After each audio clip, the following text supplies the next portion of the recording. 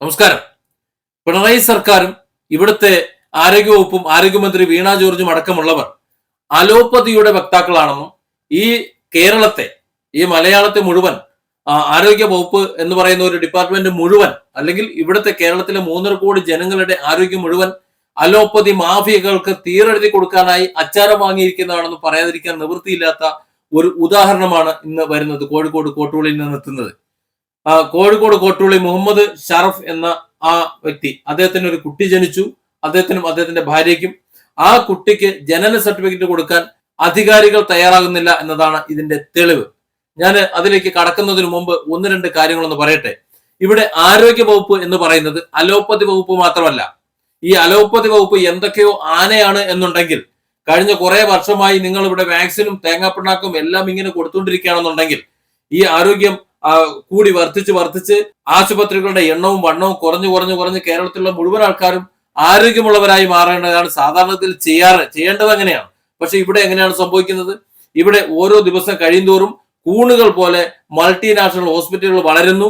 അതുപോലെ അതിനനുസരിച്ച് മരുന്ന് തീറ്റ വളരുന്നു. അതനുസരിച്ച് ഇവിടുത്തെ ആരോഗ്യ മാഫിയ കച്ചവടം കൂടുന്നു. അതിനനുസരിച്ച് ബില്ലുകൾ പാസ്സാക്കി കൊടുക്കുന്നു. ആശുപത്രി സംരക്ഷണ ബില്ലുണ്ടാക്കി കൊടുക്കുന്നു. ആരെ കൊന്നാലും ഒരു കുഴപ്പമില്ല എന്നൊരു അവസ്ഥ വരുന്നു.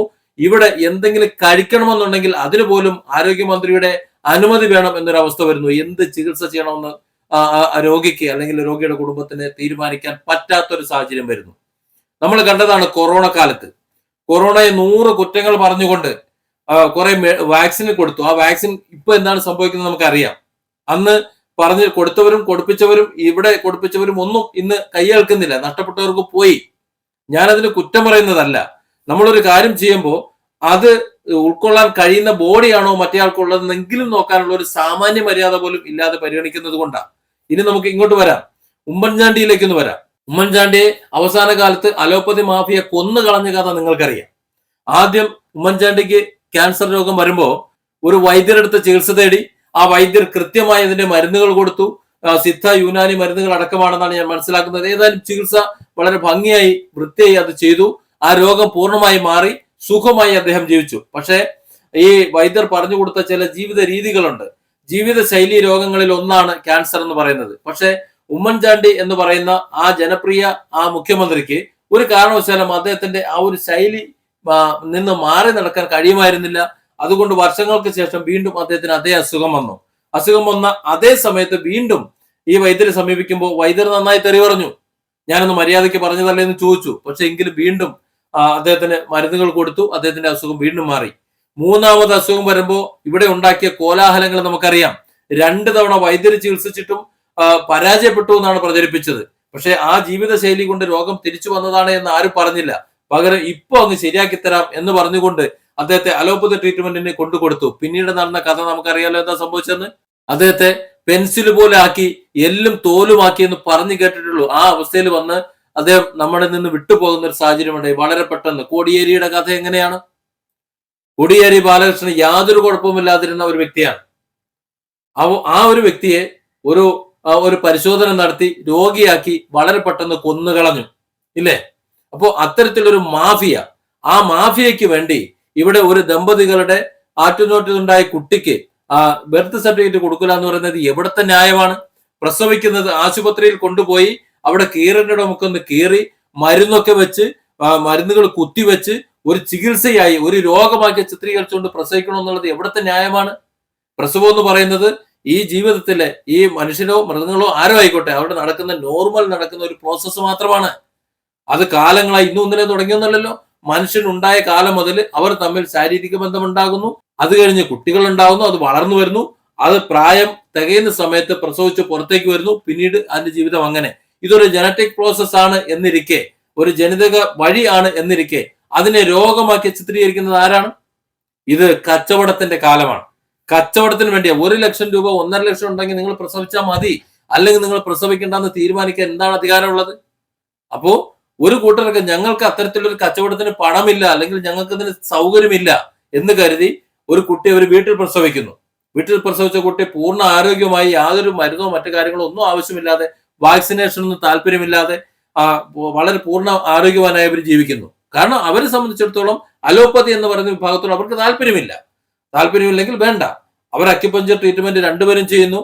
അതുപോലെ നമുക്കറിയാലോ അലോപ്പതിയിലെ മാറാത്ത പല അസുഖങ്ങളും, പല രീതിയിലുള്ള പല അസുഖങ്ങളും. ഇപ്പോൾ എന്റെ ഫോളോവേഴ്സ് ആയിട്ടുള്ള പലർക്കും ഞാൻ ഇന്നത് ഉപയോഗിക്കുന്നുണ്ട്, ഇന്ന ഡോക്ടറെ കണ്ടോളൂ അല്ലെങ്കിൽ ഇന്ന വൈദ്യരെ കണ്ടോളൂ എന്ന് പറഞ്ഞു കൊടുക്കാറുണ്ട്, ഞാൻ ഇന്നതാണ് കഴിക്കുന്നത് എന്ന്. അപ്പോൾ അവർ ആ വൈദ്യരെ ആ ഡോക്ടറെ കാണും.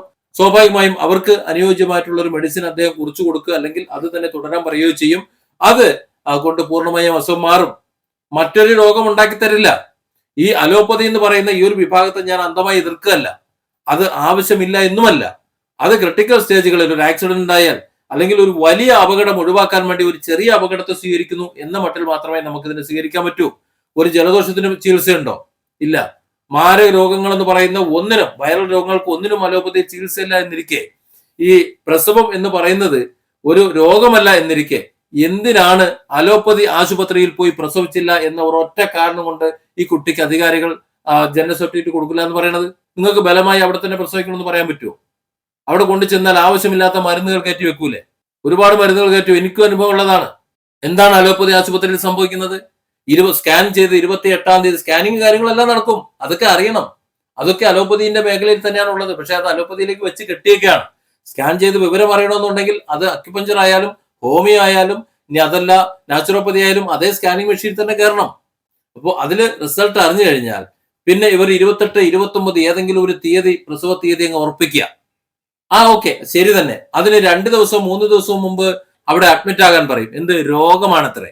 അവിടെ അഡ്മിറ്റ് ചെയ്ത് കഴിഞ്ഞാൽ പിന്നെ കഴിക്കാൻ ഗുളികയായി, കുടിക്കാൻ പലതുമായി, അവസാനം മരുന്ന് വെച്ചുകൊണ്ട് പ്രസവ ലക്ഷണം ഉണ്ട് കേട്ടോ, പ്രസവത്തിന്റെ ലക്ഷണമുണ്ട്, തുറന്നു വരുന്നുണ്ട് എന്ന് പറയും. ഇത് കേൾക്കുമ്പോൾ ശരിയായിരിക്കും, നമുക്ക് നോക്കി കണ്ട് മനസ്സിലാക്കാൻ തൽക്കാല വകുപ്പൊന്നും ഇല്ലല്ലോ. അവർ പറയുന്ന അനുസരിക്കും, അവർ മരുന്ന് വെക്കും. 2-3 ദിവസം മുമ്പേ ആയിരിക്കും അത്. മര്യാദയ്ക്ക് പ്രസവിച്ച് പോരൂല. പോരാതെ വരുമ്പോ ഇത് പ്രസവിക്കാൻ കുറച്ച് തടസ്സമുണ്ട്, കുട്ടിയുടെ തല അവിടെയാണ്, കാലിവിടെയാണ്, വാല് വേറെ എവിടെയൊക്കെയാണ്, അതുകൊണ്ട് സിസേറിയൻ ചെയ്യണമെന്ന് പറയും. അങ്ങനെ നേരെ സിസേറിയനിലേക്ക്, സർജറിയിലേക്ക് ലക്ഷങ്ങൾ അവർ വേണം. ടാർഗറ്റ് ഉണ്ട് മിക്ക ആശുപത്രിയിലും, മിക്ക ഡോക്ടർമാർക്കും. ഞാനൊരു ടാർഗറ്റിന്റെ ഇരയാണ്, അതുകൊണ്ടാണ് ഞാനത് പറയുന്നത്. അപ്പോൾ ആ നിരയിൽ ഇവിടെ ഇത്തരത്തിൽ മരുന്ന് വെച്ചുകൊണ്ട് ഒരു കച്ചവടത്തിന് നിന്ന് കൊടുക്കാത്തത് കൊണ്ട് സുഖമായി പ്രസവിച്ചു വന്ന ആ ദമ്പതികളുടെ കുട്ടിക്ക് ജനന സർട്ടിഫിക്കറ്റ് കൊടുക്കാൻ പറ്റില്ല എന്ന് പറയുന്നതിൽ ന്യായം എന്താണ്? എന്താണ് അതിന്റെ ഉത്തരവാദിത്വം എന്ന് പറയുന്നത്? അലോപ്പതി ആശുപത്രിയിൽ പോയി കണ്ട്, അല്ലെങ്കിൽ അത്തരത്തിലുള്ള മോഡേൺ മെഡിക്കൽ ആശുപത്രിയിൽ പോയി പ്രസവിച്ചാൽ മാത്രമേ ഇവിടെ ജനനമാകുള്ളൂ. ഇനി അത് ഒരാൾ വഴിയിൽ പ്രസവിച്ചു പോയി, അയാൾ നേരെ വീട്ടിലേക്ക് പോയി, അയാൾക്ക് വേറെ കുഴപ്പമൊന്നുമില്ല. എന്താ കുഴപ്പം? ഈ പ്രസവം എന്ന് പറയുന്നത് ഒരു നാച്ചുറൽ പ്രോസസ് അല്ലേ, അല്ലാതെ മറ്റെന്തെങ്കിലും രോഗമാണ്? രോഗി എന്നാണ് പറയുന്നത്. എന്ത് രോഗമാണ്? ഒരു രോഗമല്ല, ഒരു തേങ്ങാപ്പിണ്ണാക്കുമല്ല. ഇത് അഹങ്കാരമാണ്.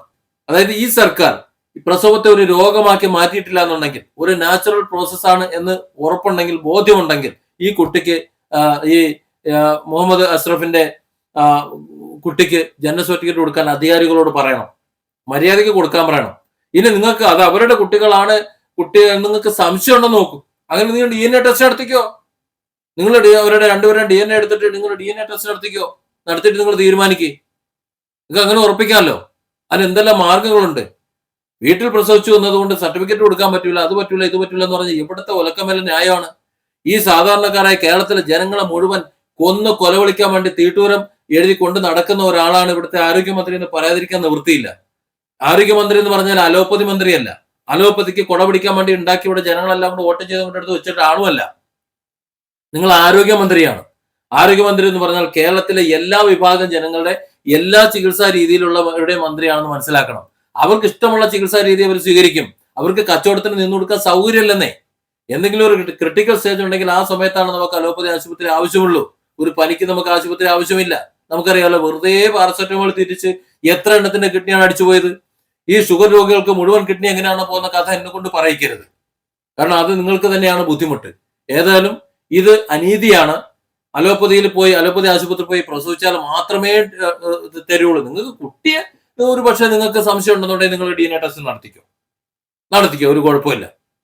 ഇനി അങ്ങനെ ഒരു സംശയം ഉണ്ടെന്നുണ്ടെങ്കിൽ മര്യാദയ്ക്ക് ആ കുട്ടിക്ക് ആ ബർത്ത് സർട്ടിഫിക്കറ്റ് കൊടുക്കുന്നതാണ് നല്ലത്. ഇല്ലെങ്കിൽ ഇതൊരു വലിയ വിവാദത്തിലേക്ക് കാര്യങ്ങൾ വരും. ഒരുപക്ഷെ കേരളത്തിലെ ജനങ്ങൾ ഒന്നായി നിങ്ങളുടെ വ്യാജ ഒരു മുഖംമൂടി ഉണ്ടല്ലോ, ആ മുഖംമൂടി, ഞങ്ങൾ കേരളത്തിന്റെ മന്ത്രിയാണ് എന്നുള്ളൊരു മുഖംമൂടി, അത് വലിച്ചു കീറി അലോപ്പതിയുടെ കച്ചവടത്തിന്റെ കമ്മീഷൻ ഏജന്റാണ് എന്ന് പറയാൻ ഒരുപക്ഷെ കേരളത്തിലെ ജനങ്ങൾ ഒന്നായി വരും. അതിനിടയാക്കരുതെന്നാണ് എനിക്ക് പറയാനുള്ളത്.